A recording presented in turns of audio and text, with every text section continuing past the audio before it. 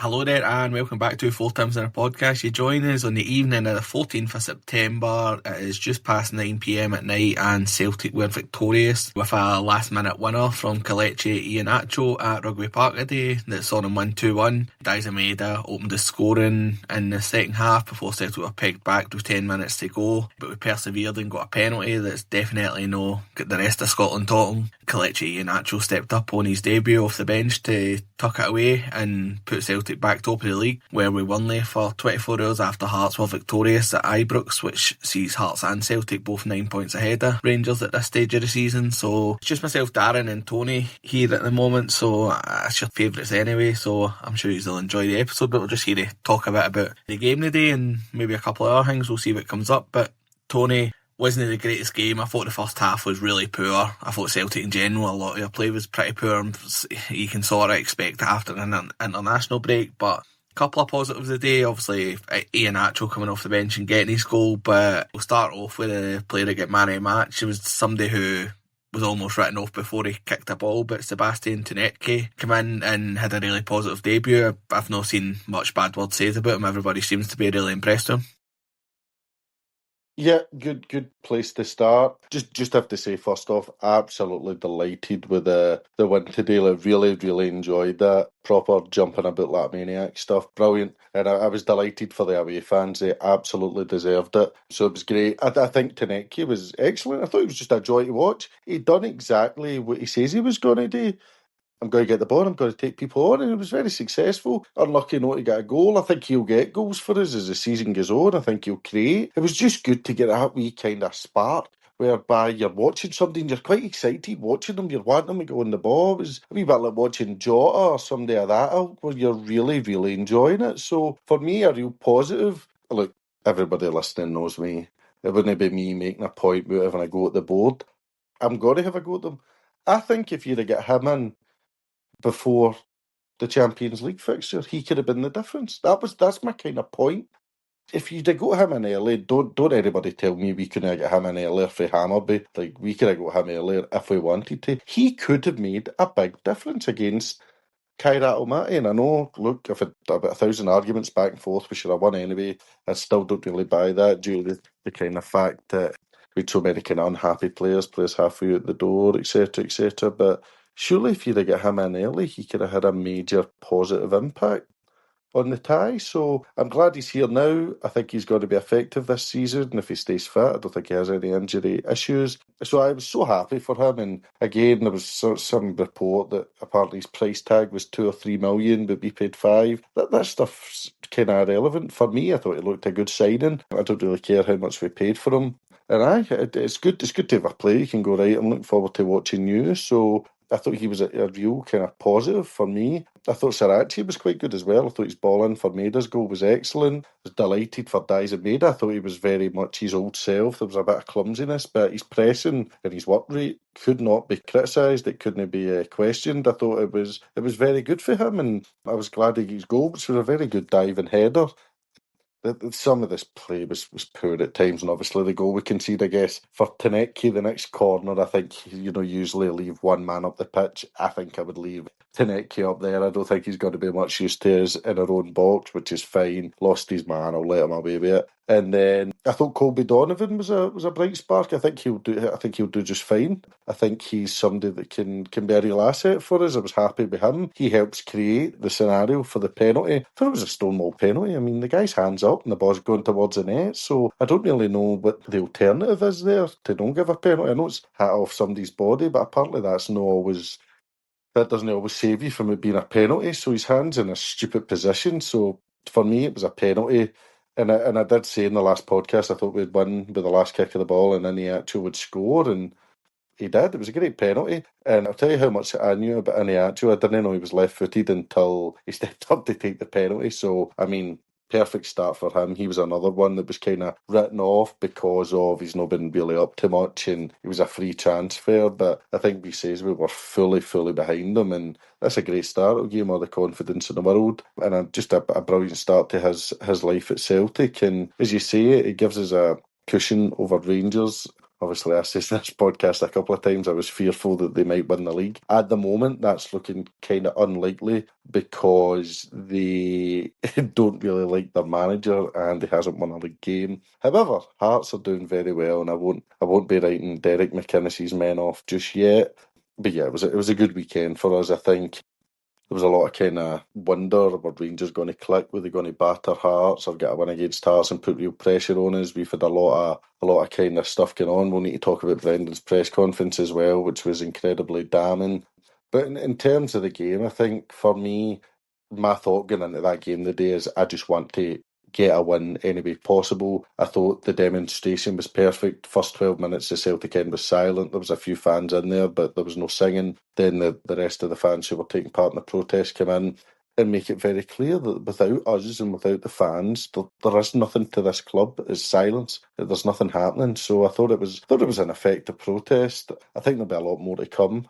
I don't think anybody thought, right, people don't come in until the 12th minute, and then on the 12th minute, Nicholson and Mackay were going to just walk up and hand in their resignations. It's not going to be as easy as that, I'm afraid, but I think it's a starting point, and obviously there was a lot of media attention on it. There was a lot of attention for Sky, and I think that's what you want, and I think it's good that we can articulate what the issues are. I think that the new accounts are going to be out soon, and they're going to show what kind of money we have in the bank, which could be pretty damning as well in terms of the fact we've not invested. It could be again just a case of this hoarding cash for an unknown reason. But yeah, in terms of the game, I don't really have much else to add. I thought Negreira had a poor game, if I'm honest. There was one he gave McGregor a pass in the edge of our box for like 2 yards when a Kelly player was all over him, and it ended up with a corner to them and in like the 90th minute. Just really clumsy stuff. So for me, I think Negreira probably needs a wee kind of time in the bench. Thought Forrest was okay when he came on. Yang, I think we should just let him go, even if we want to get a replacement. I think he's kind of done at Celtic, and that's okay. It's just not worked, and it's not going to work. So for me, I don't think you'll see much of him again. But I'm pretty happy. It's nice to speak for a lengthy period of time and not be going, these bastards hate you and this guy's a cunt and he's a prick. And, it's good to just kind of praise the team, and fair play to them. They dug in deep. Iheanacho, and there was a steal and get a huge victory. We've been away to Pittodrie, away to Ibrox, away to Kelly, and we're top of the league. So despite the issues with the transfer window, I think Brendan's doing reasonably well in terms of digging out results. Obviously, hopefully that the style of play and the kind of entertainment value increases, but I'm pretty happy with today.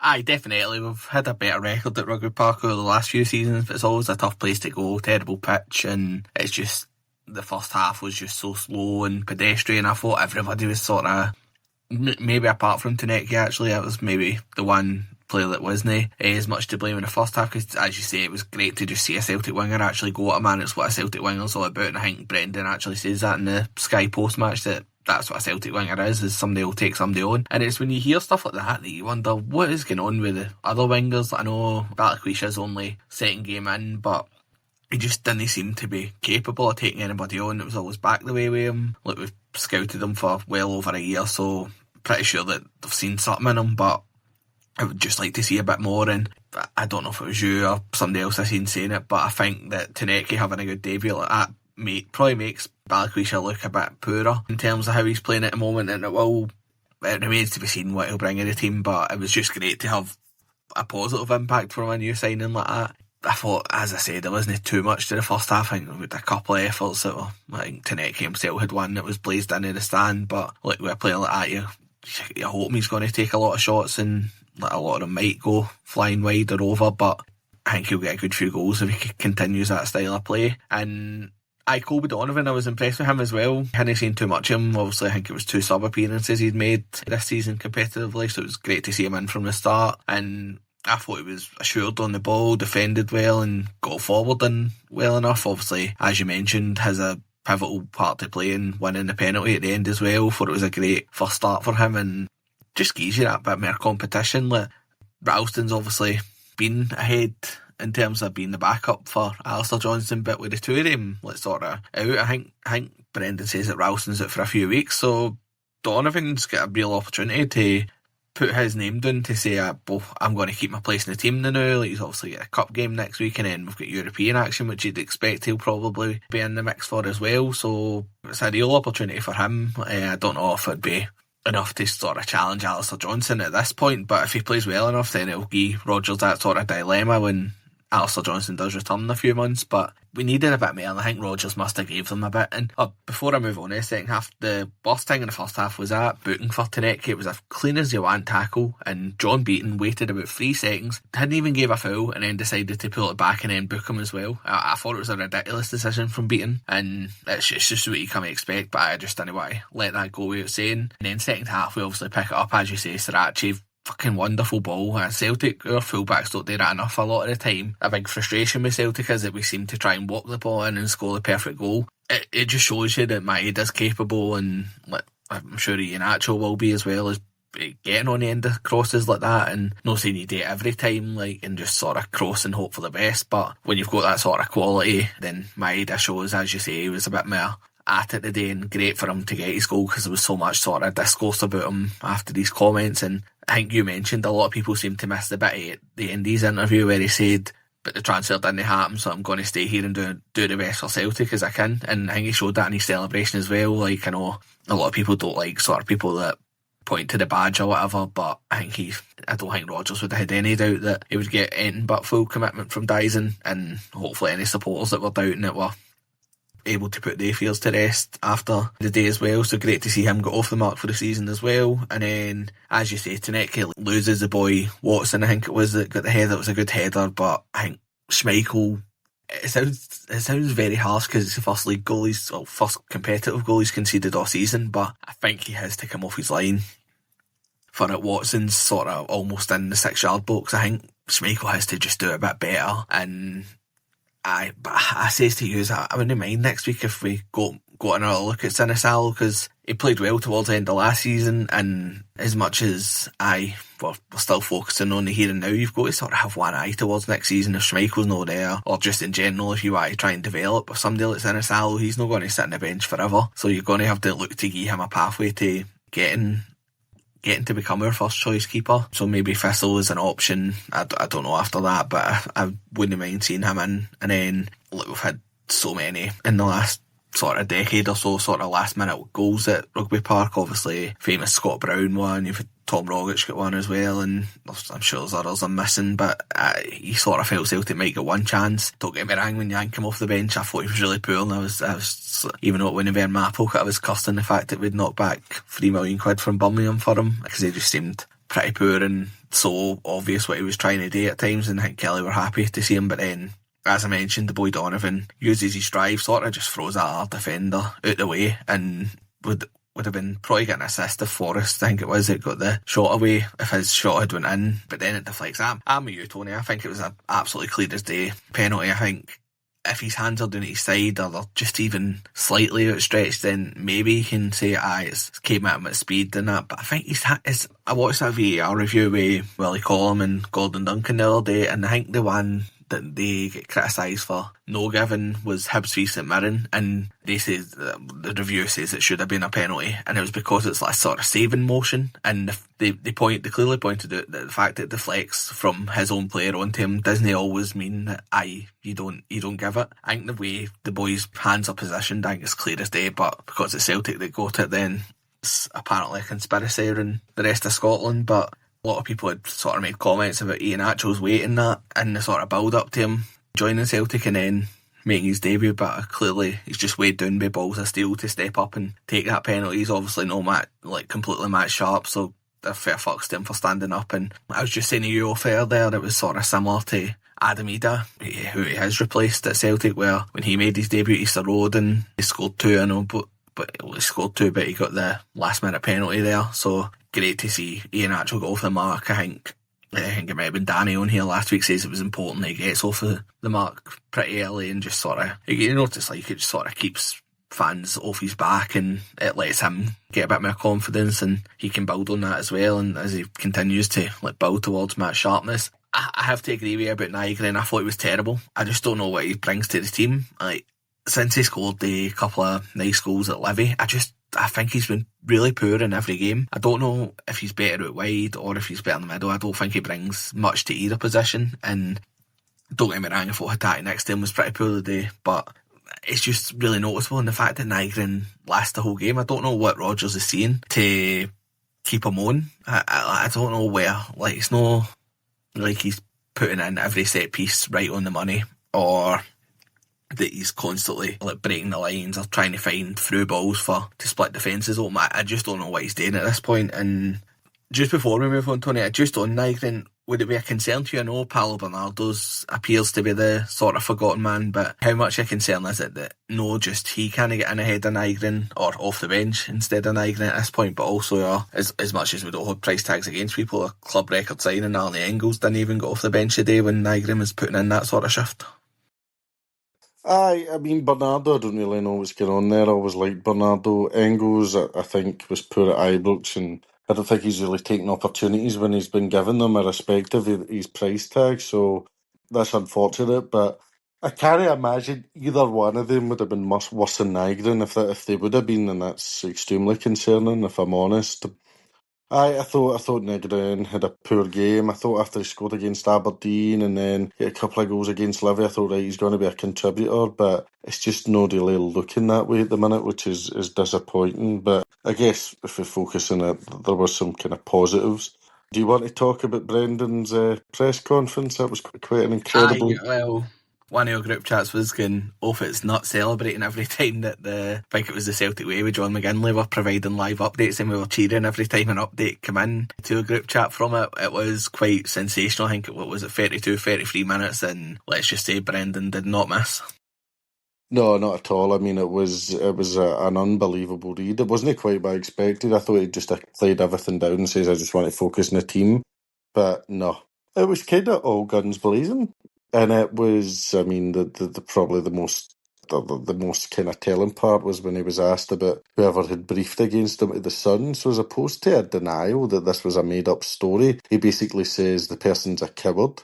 And it's happened before. He was briefed against when he was here, and he was briefed against when he left, and now somebody's briefed against him again. And then he went on to say that he's got a lot of respect for Dermot Desmond.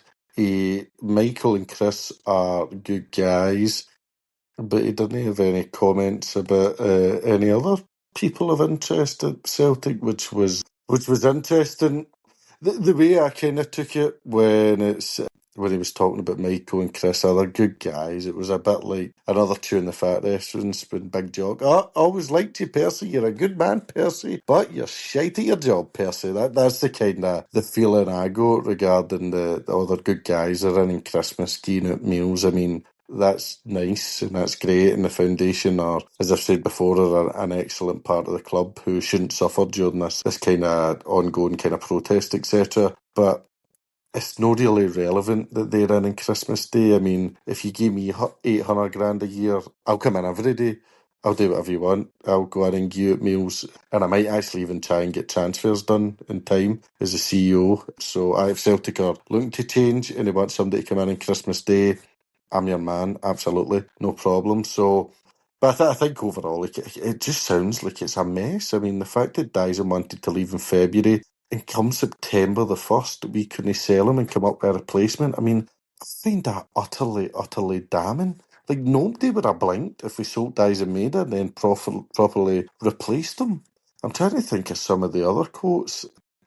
Just he says he felt empty.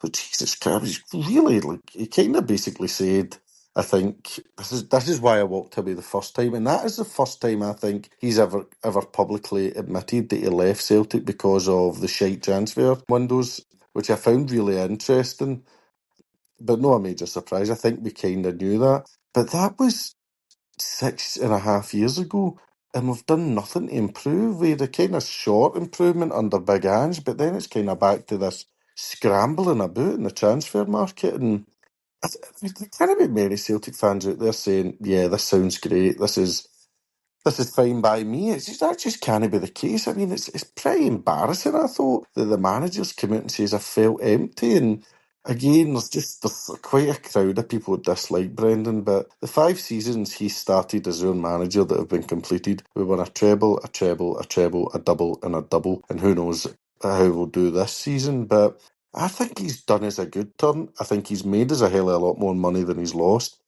And we seem to just be intent on pissing him off. And I find it strange. Like, and for me, what other managers looking at that and going, that looks the place for me. I'd love to go to Celtic, whereby they can't sign a player. They don't know what they're doing. And there's some senior board member who is running to the Sun to gossip about the manager. I mean, it's fucking embarrassing stuff for me, really. It's just, and I think that just shows that. And again, I've been kind of thinking of so many discussions with so many people. I don't want to just keep harping on about kind of sacking the board. We all know that. We all know these people should be removed. But I think it's trying to create the argument to convince other people. And a lot of people have a real kind of.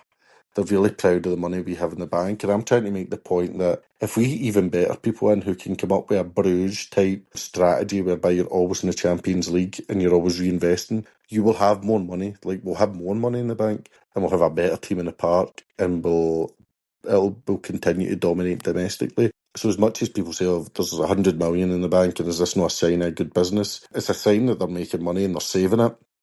But my point is we can be even better. We could have even more money in the bank had we qualified for the Champions League and then been able to reinvest and get better calibre of players and sell them on for more, etc., etc. So I think for me that's the kind of point that needs to be drilled home now, is that we can be even better, and a lot of what's happened has been in spite of these guys. The people that put the most money into Celtic are us, the fans. We pile the money in, no these board members or Dermot Desmond or other people. It's the fans that are ploughing in such vast amounts of money.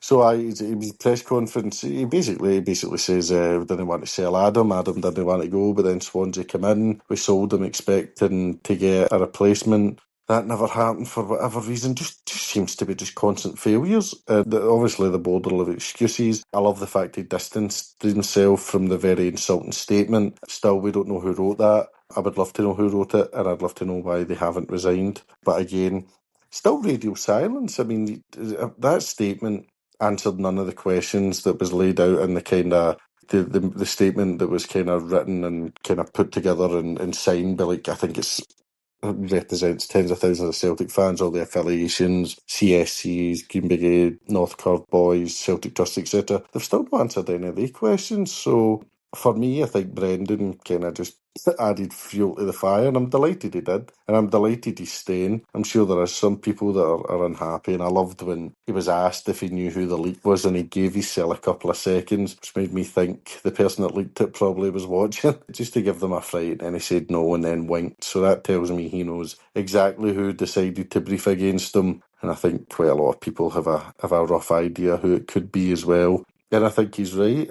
Whoever it is should resign, and they are a coward, and they should be banned for the stadium. I mean, if you're banning fans for certain things, surely you're bringing the business into disrepute. You're going to the Sun with confidential information. For me, that is worthy of a lifetime ban for whoever it is. So hopefully we get to the bottom of that and we can get the ban issued ASAP.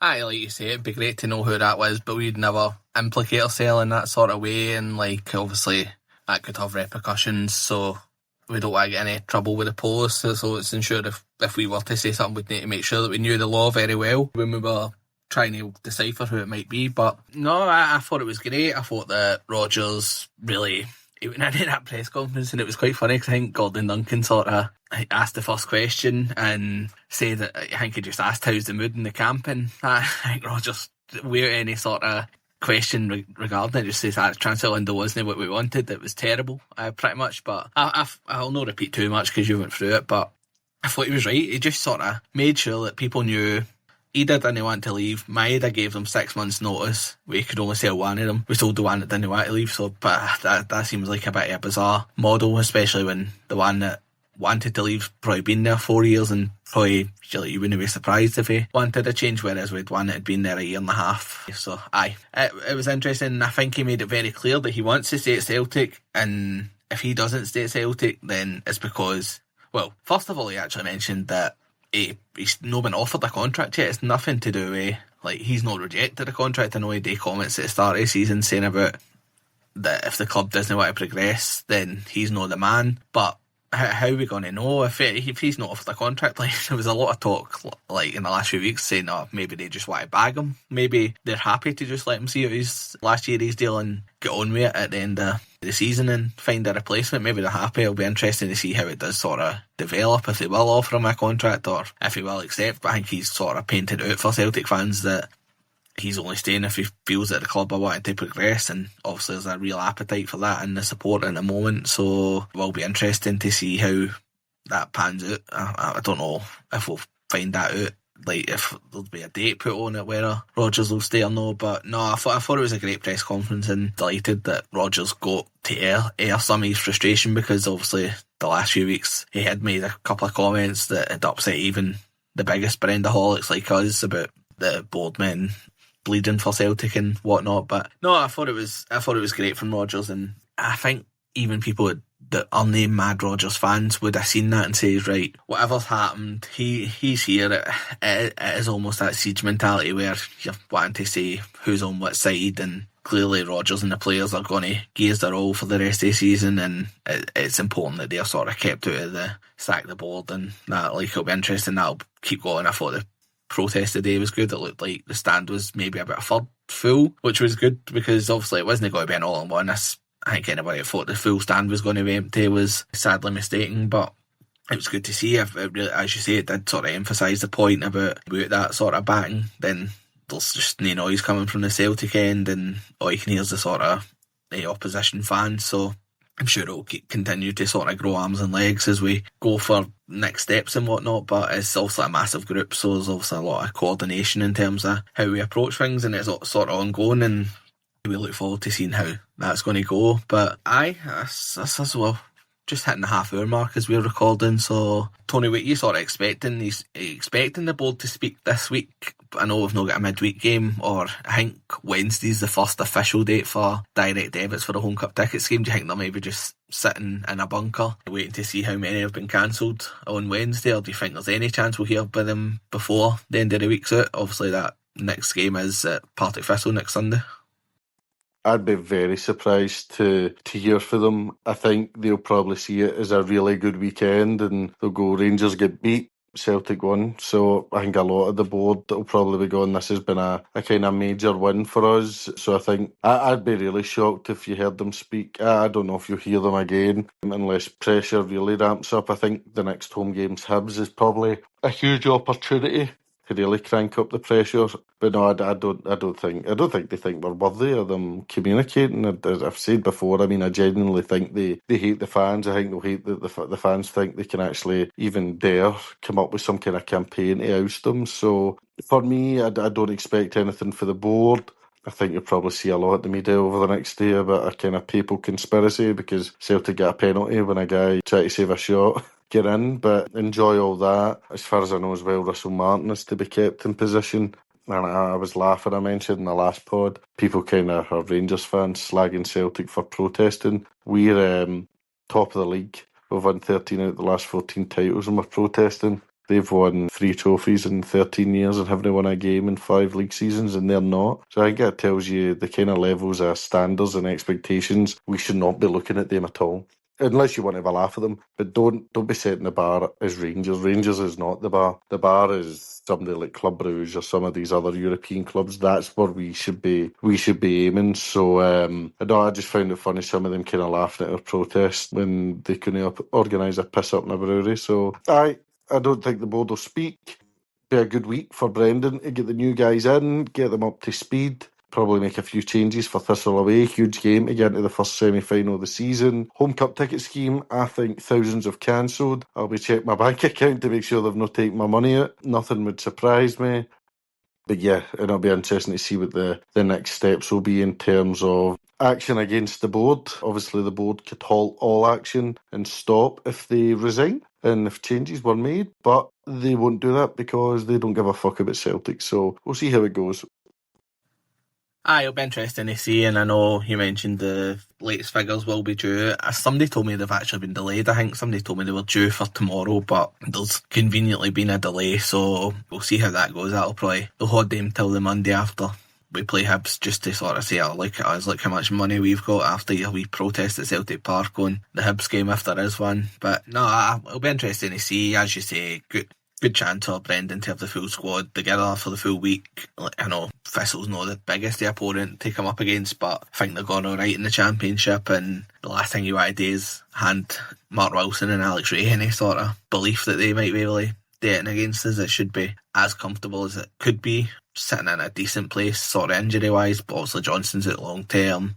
Tierney came off the bench today and Ralston's still a few weeks away, but as I said earlier, I thought Colby Donovan was very good, so would be happy to see him continue for the next few games. And then, as you say, big game, Glasgow Derby against Partick Thistle, and obviously you mentioned it, first chance to get to Hampden this season. We hope we take full advantage of that, and then it just gives you that chance to get yourself in that first cup final in December if you then navigate that semi-final. So be interested to see how the week goes. I'm away on holiday in the morning, so we might be back before then. It depends if we can work out a way for day 3 to hit a record button, because I'm usually the monkey behind the screen fixing everything and editing everything, so if you don't hear from us before then that's why. But I'm sure we'll try and work something out in the meantime, so you're only kept waiting. Obviously if there's anything massive that does come out of the club, we'll find a way to get some content out for you, because it's been another great week for us in terms of our downloads and comments as usual, just been flying in, especially on YouTube as I've mentioned the last few weeks. But you can tweet us anywhere, or tweet us on Twitter, or send us a message on Instagram or Facebook. We'll be happy. Keep the chat going, but YouTube's a great place to go if you're wanting to get involved with chat about the episode, because there's just so many people at the moment who get involved and say what they think as well. So head over there if you're interested in that. Just search for Four Times in a Podcast and we should appear. But from me and Tony, that'll do us for this episode, and we'll be back at some point in the very near future. So enjoy this fantastic week, and as I say, we'll speak to you at some point in the future, and hail hail.